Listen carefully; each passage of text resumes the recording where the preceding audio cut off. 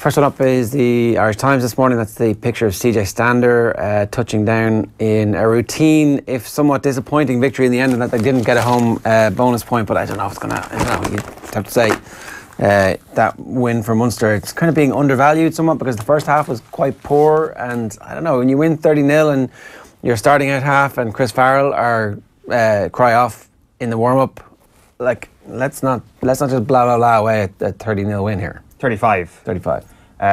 Yeah, still, like for a team who want to get a home quarter-final, the idea of not getting a bonus point win at home is probably something that isn't too palatable.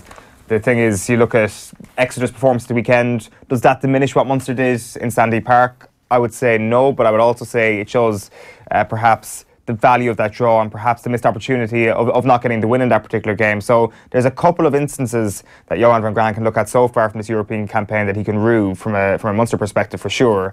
Hopefully that'll just be kind of a situation that gives them a bit of a carrot, where if they get into a winning position in Kingsholm, for example, or indeed the return in Cash the next day, if they're in a winning position, to be completely ruthless and make sure they get themselves into a bonus point winning situation if the situation presents itself. Just that lack of killer instinct. We'll be getting Alan Quinlan's take a little bit later on. It seems to be a tiny bit absent from Munster so far in Europe this campaign. Yeah, except but of course, if you're missing two of your best backs, then maybe that gives you an acceptance for what happened. The Irish Examiner covered this morning. They're going with now for the other Crokes: Longford, long shots, Mullinalaghta, shock Kilmacud, and now set sights on Kerry's finest. So are Dr. Crokes and Kerry licking their chops? They are, aren't they? They're like, this is easy. Stand aside, lads. Let the real men take over. That's what they're saying in Kerry this morning. 100%. It's Dr. Crokes. So there's two types of Kerry people. There's Kerry people who naturally have a superiority complex, and then there's Dr. Crokes people who have a superiority complex over the rest of Kerry. So they're uber superior. I look up at them people.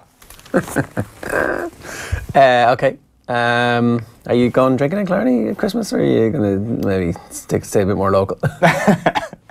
Very good point. I'll be avoiding certain pubs. Getting a bit of sparring in for what's coming on. That's a good point. I'm on a drink ban. The miracle of Mullinalaghta is the back page headline on the Irish Independent this morning. Loads of great pictures from the celebration, from the bit where the sideline start charging in. That's just inside there.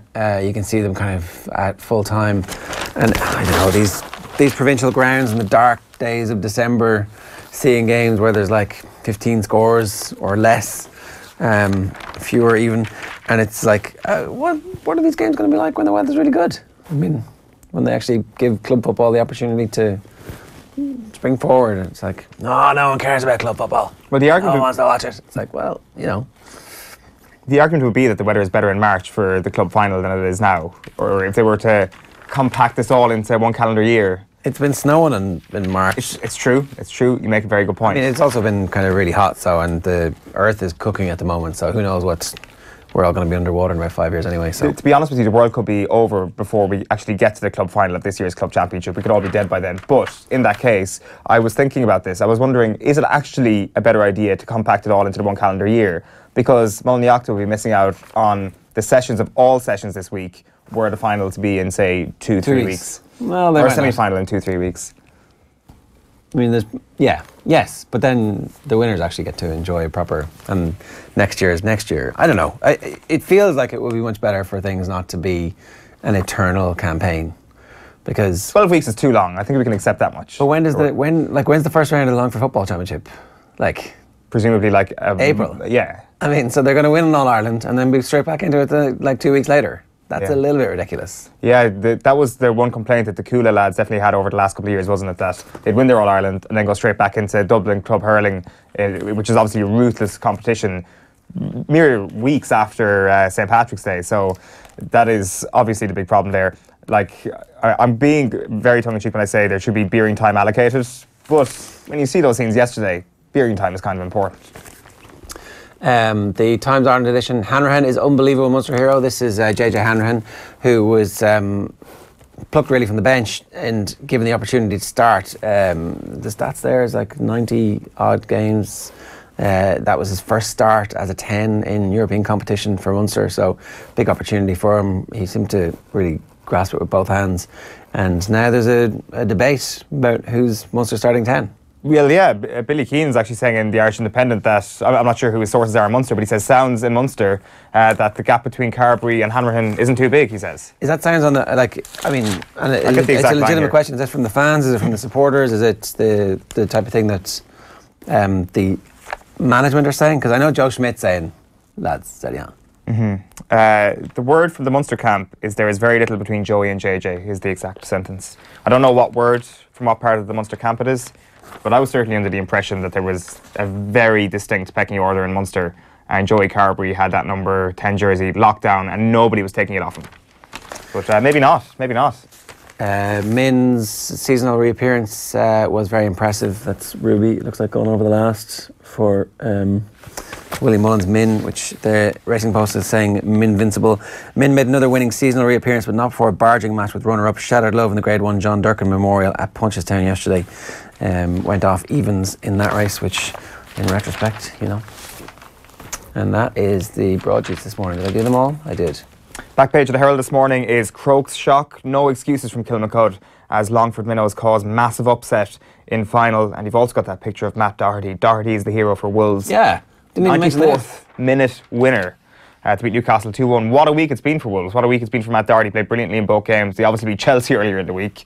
Chelsea beat Manchester City this weekend. It's just been a strange 6 days, really, in Premier League football. It's been great because, like, we've been writing off various teams at various stages. Even Hull earlier, like, had been on a run of decent form. Burnley scratched a win out, and we're like coming out fighting and giving out about stuff. It's like exactly what you want.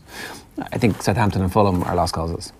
That aside, you just don't know what Ranieri's going to do. Ranieri was saying on Saturday that it was like 11 sheep or 11 lamb against 11 lambs against 11 wolves, which obviously isn't an ideal situation. You're probably going to lose in that. But he said in the second half, he says, one wolf would kill 11 lambs. There's a really cold, true. There's a cold sort of bromance between Jose Mourinho and Claudio Ranieri, as if they've got this love for each other, but Jose is so incapable of showing any affection that it just manifests itself as pure frostiness. He's trapped. Yeah, that, like he was reacting to that 11 lambs versus 11 wolves comment, and he says, yeah, at halftime it all changed because Ranieri did something really good and it was really impressive in the second half. And like a really patronising sort of well done on not losing the game by more than 3 goals sort of thing. Yeah, Ranieri's no good.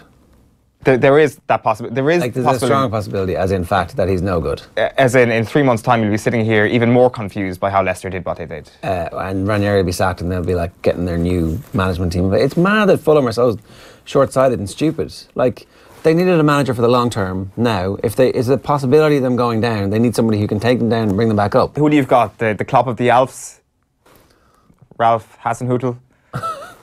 The way you say that, it's so great. Well, like, you have to describe him as the Klopp of the Alps, Ralph Hasenhüttl, every time you talk about him. You can't call... It sounds like you're yodeling his name. Do it again. He is from the Alps. I know. He's the Klopp of the Alps, Ralph Hasenhüttl.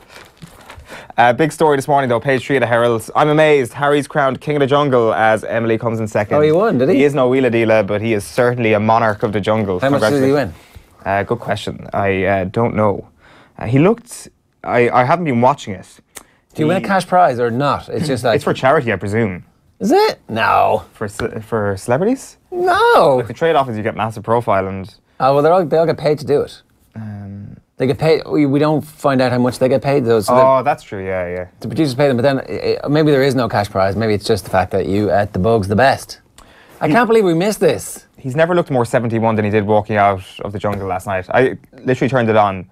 And as soon as I did, it was like, and your King of the Jungle is... I was like, I've timed this perfectly. It's the only 5 minutes of I'm a Celebrity I watched all year, and it happened to coincide perfectly with the announcement of the winner. I'm really disappointed that I didn't make enough time in my life for this year's I'm a Celebrity, because, like, I find Harry quite a compelling character. Apparently, he warmed the heart of the nation. A flawed, but ultimately pretty interesting life that he's led, and who amongst us is not flawed? It's true. Also, he's a deeply likeable man. Yeah, well, that's the thing. It's like, it's like...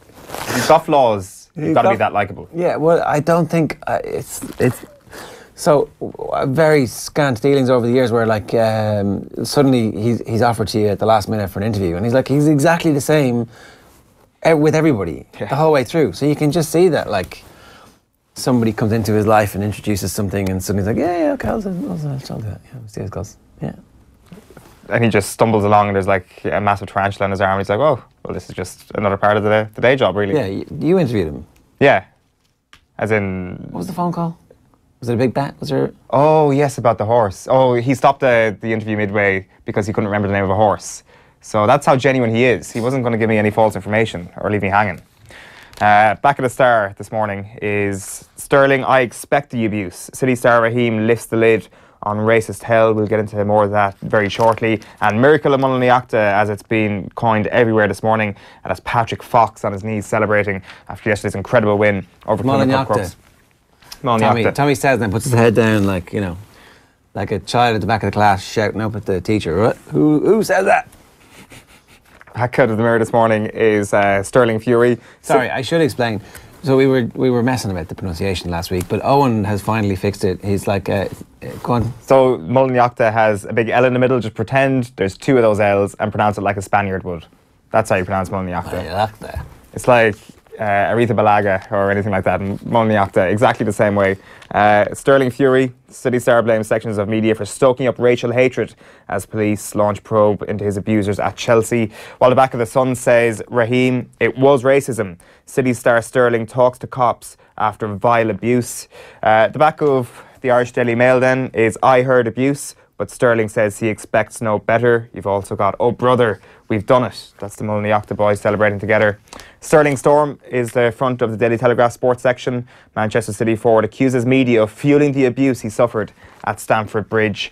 And finally, it's Matt Doherty on the back of the Guardian this morning. Wolves hunt down Magpies. And you've also got support for Sterling is hollow. This is a Stan Collymore editorial, it seems. And this country's outrage over racism will pass. It always does. Yeah, I mean, it's a really interesting piece, and he's right.